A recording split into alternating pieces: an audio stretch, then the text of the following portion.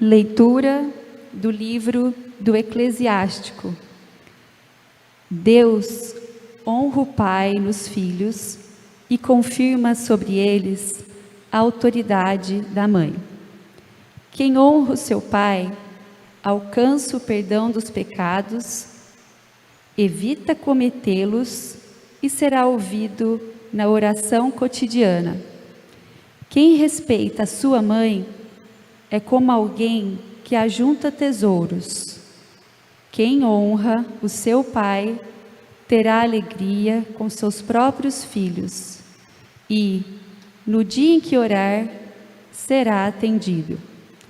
Quem respeita o seu pai terá vida longa, e quem obedece ao pai é o consolo da sua mãe. Meu filho, ampara o teu pai na velhice, e não lhe causes desgosto enquanto ele vive. Mesmo que ele esteja perdendo a lucidez, procura ser compreensivo para com ele. Não o humilhes em nenhum dos dias de sua vida. A caridade feita ao teu pai não será esquecida, mas servirá para reparar os teus pecados e, na justiça, será para a tua edificação. Palavra do Senhor. Graças a Deus.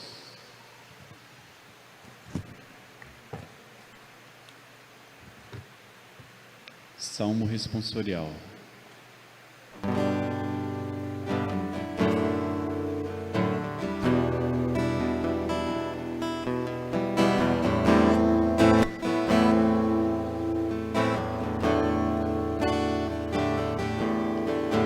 Felizes os que temem o Senhor e trilham seus caminhos. Todos. Felizes os que temem o Senhor e trilham seus caminhos. Feliz és tu que temes o Senhor e trilham seus caminhos. No trabalho de tuas mãos há de viver. Serás feliz, tudo irá bem. Felizes os que temem o Senhor e trilham seus caminhos. A tua esposa é uma videira bem fecunda no coração de tua casa. Os teus filhos são rebentos de oliveira ao redor de tua mesa. Felizes os que temem o Senhor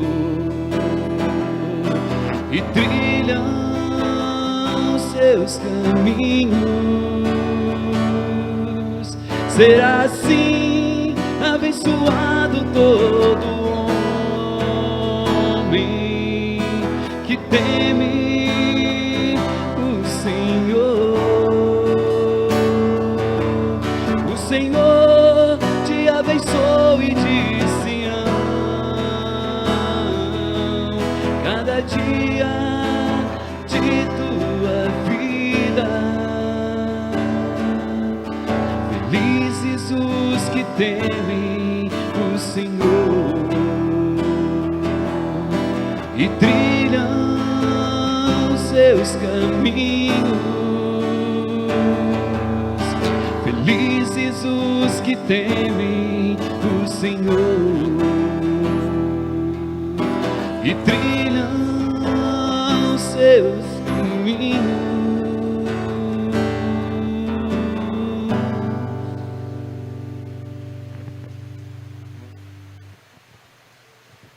Leitura da carta de São Paulo aos Colossenses.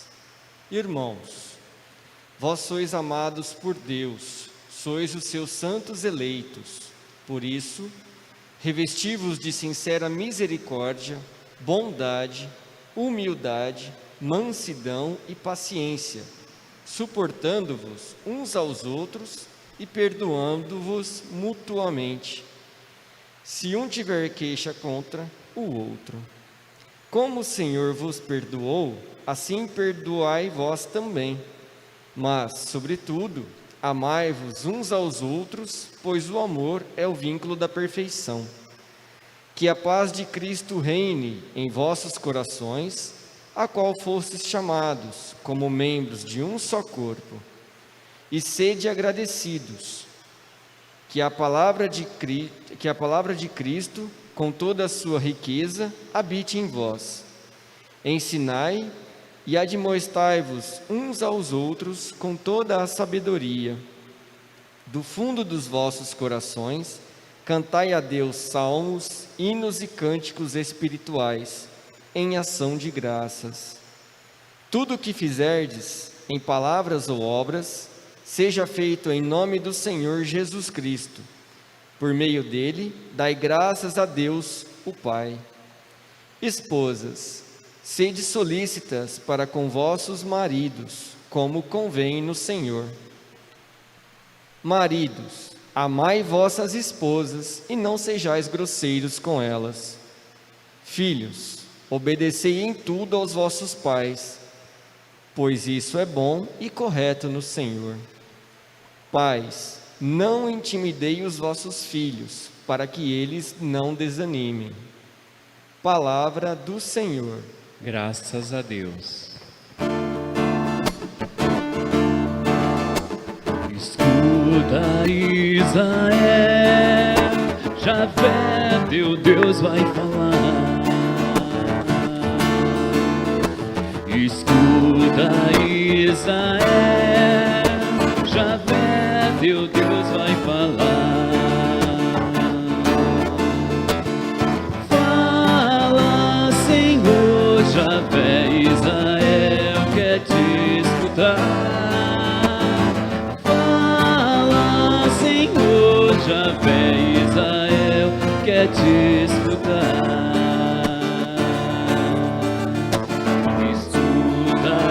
Israel, Javé, teu Deus vai falar.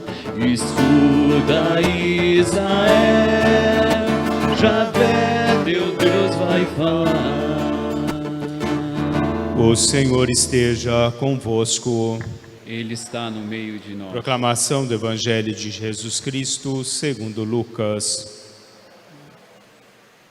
Quando se completaram os dias para a purificação da mãe e do filho, conforme a lei de Moisés, Maria e José levaram Jesus a Jerusalém, a fim de apresentá-lo ao Senhor.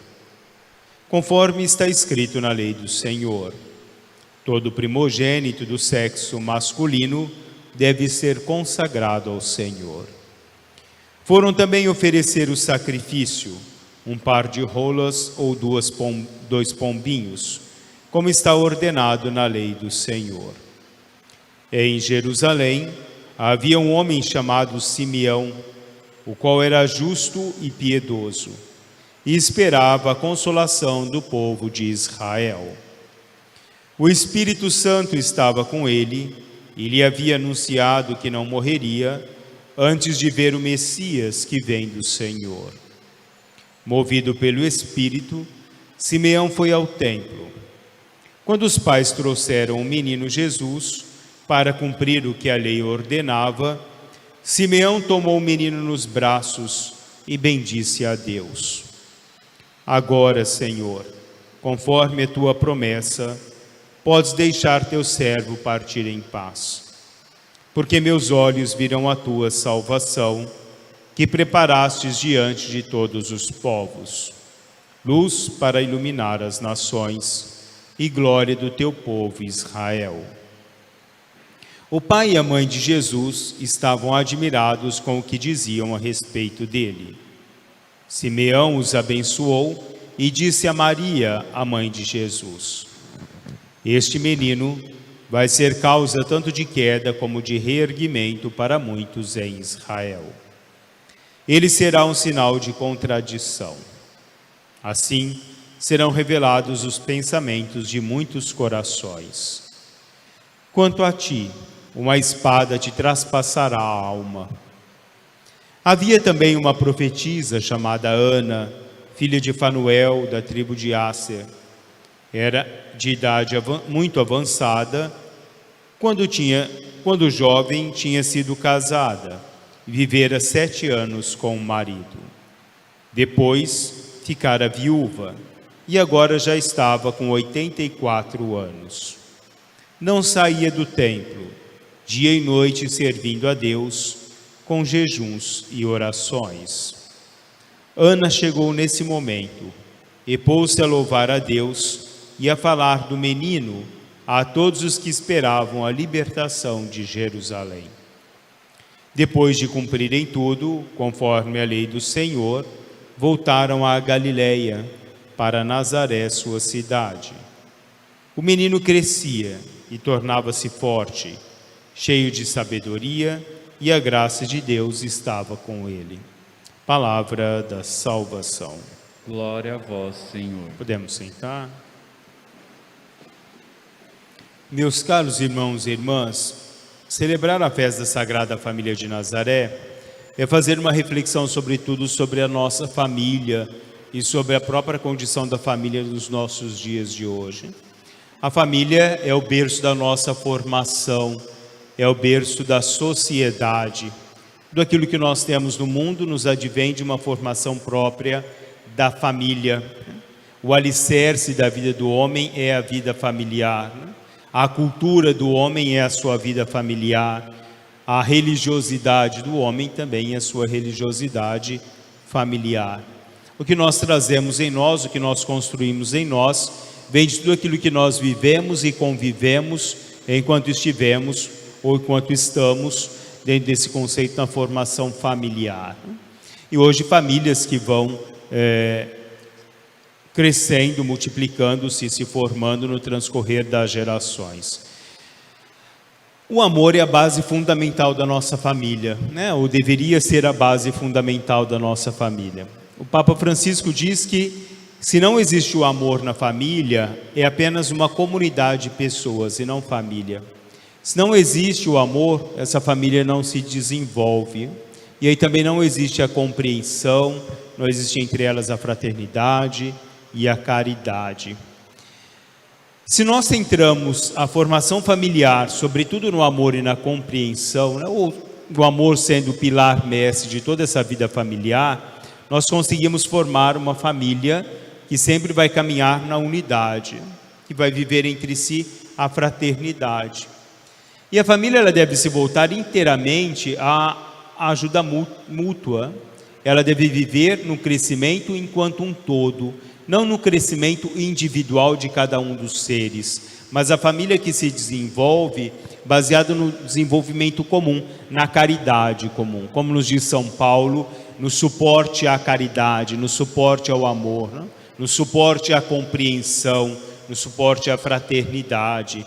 E assim a família vai se formando.